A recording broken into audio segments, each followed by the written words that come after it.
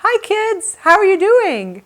We miss being at school with you, and we know that things are a little bit different, but we want to make the best out of our stay at home. And we here in our family, we've been doing lots of cool activities to help pass the time and to do some fun things together, right guys? And one of the things that we love to do is read. And today I'm going to choose a book that was a favorite of the boys when they were little, and we're going to read it together, right? Let's get started. This is the story of a boy who never wanted to have his hair cut. Sounds familiar. Everybody called him Moppy because on top he looked like a floppy red mop. Moppy didn't care what anybody said about his hair or what they called him. All he wanted was to stay at home and play. He sometimes played at being a soaring eagle, and sometimes played at being a roaring lion. A good lion he made too, without even trying. Why would he make a good lion? Because he has a little like orange hair and long hair. Yeah, so he looks like a lion too, because of his hair. But the time came when something had to be done about Moppy's top. And it happened one day when he was swinging from branch to branch in his very own chinaberry tree. His mother came out into the garden and said, "Pardon me, but just who do you think you are up there? Tarzan?" She was wondering if he thinks he's Tarzan. "Oh no, Mother, I'm not Tarzan," said Moppy. "I'm a man from Mars, and I'm visiting all the stars and other planets." "Well then, Mr. Man from Mars, could you plan to make a landing on this Earth sometime today? We want you to hop to the barber shop and get that floppy mop clipped off before your birthday party tomorrow." Ooh, she's telling him to get down and go get a haircut. The minute Moppy heard the words birthday party, he dropped down out of the tree to the ground, feet first, then stretched out his hand. "Here's some money, Sonny," his mother said. "I've just called Mr. Barbaroli, and he says he'll be ready for you at 4 o'clock sharp. It's a little after 3:30 now, so let's see you hippity-hop to the barber shop all by yourself."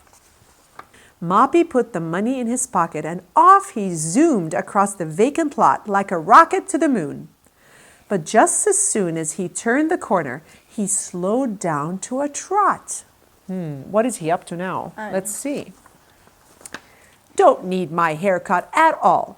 Anyway, not now," he grumbled and stumbled along until some bright red lollipops in a candy store window caught his eye. They looked so good he had to stop. While he stood there staring, what should waddle up but a frilly, woolly pup? Oh, is he cute? Yeah, he's Do you like puppies? adorable. You like puppies? He's so fuzzy. Yeah. "What a silly-looking pup you are," said Moppy as he bent down and tried to find the pup's eyes. "You're the one who needs a haircut, not me." And then they both trotted away in opposite directions. Moppy hadn't gone very far before he saw Mr. Lawson mowing his lawn. "That lawn is what needs a haircut, not me," said Moppy.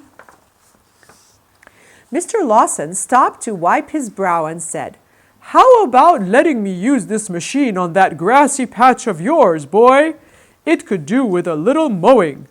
Moppy thought he ought to get going, so off he hopped. But the closer he got to the barber shop, the slower he hopped. He was nearly there when he saw a man on a ladder, snipping branches off a low, droopy tree. "Maybe a tree needs a clipping, but not me," said Moppy. "Oh, I don't know about that," said the man on the ladder. "You could do with a few snips of these snippers, Skipper." At that, Moppy skipped away and came at last to the barber shop. Thank you, Sebastian. But hard as he tried, he could not go inside. He decided to run and hide in the grocery store next door, where he could think things over. And this is where he hid, behind a barrel of brooms and brushes and fancy red mops.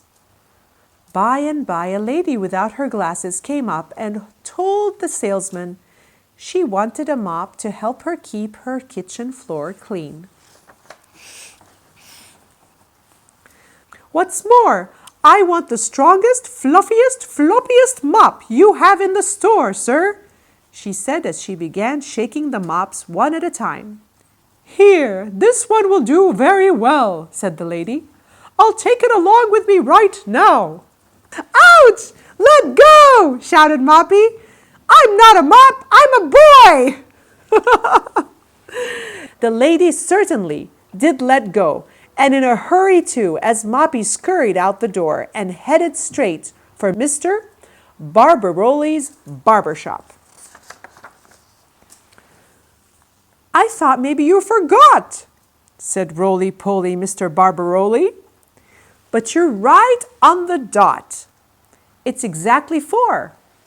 Then in one long leap, Moppy was up on the barber chair seat, ready to get his haircut nice and neat. Please, Mr. Barbaroli, don't let me look like a mop anymore, pleaded Moppy. I don't want to clean anybody's kitchen floor. He learned his lesson, huh? In a jiffy, Mr. Barbaroli was clipping and snipping away and combing and cropping without once stopping, as if he hadn't a minute to lose.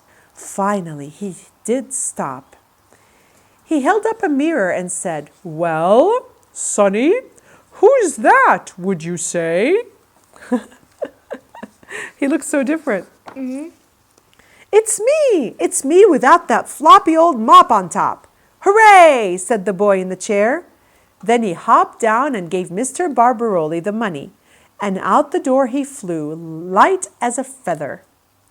All the world looked spick and span as the boy who was once called Moppy hopped up the street for home. Everything felt new now, even the weather. The tree was neat and tidy, the lawn was nicely mowed, and look at the pup, even he'd had a trim. Next day at his birthday party, there was a beautiful big cake with 6 candles lit, and on the frosting was written, Happy Birthday to Marty. Yeah, that's his real name. His real name, not Moppy, Marty, right? Mm-hmm. Which was his real and true name all the time and forevermore. So he was 6 years old. Sebastian, how old are you? 7. So this boy is probably in 1st grade, right? And Stephen, how old are you? He looks so big. He looks so big. How old are you? 9. 9. Very good. So big.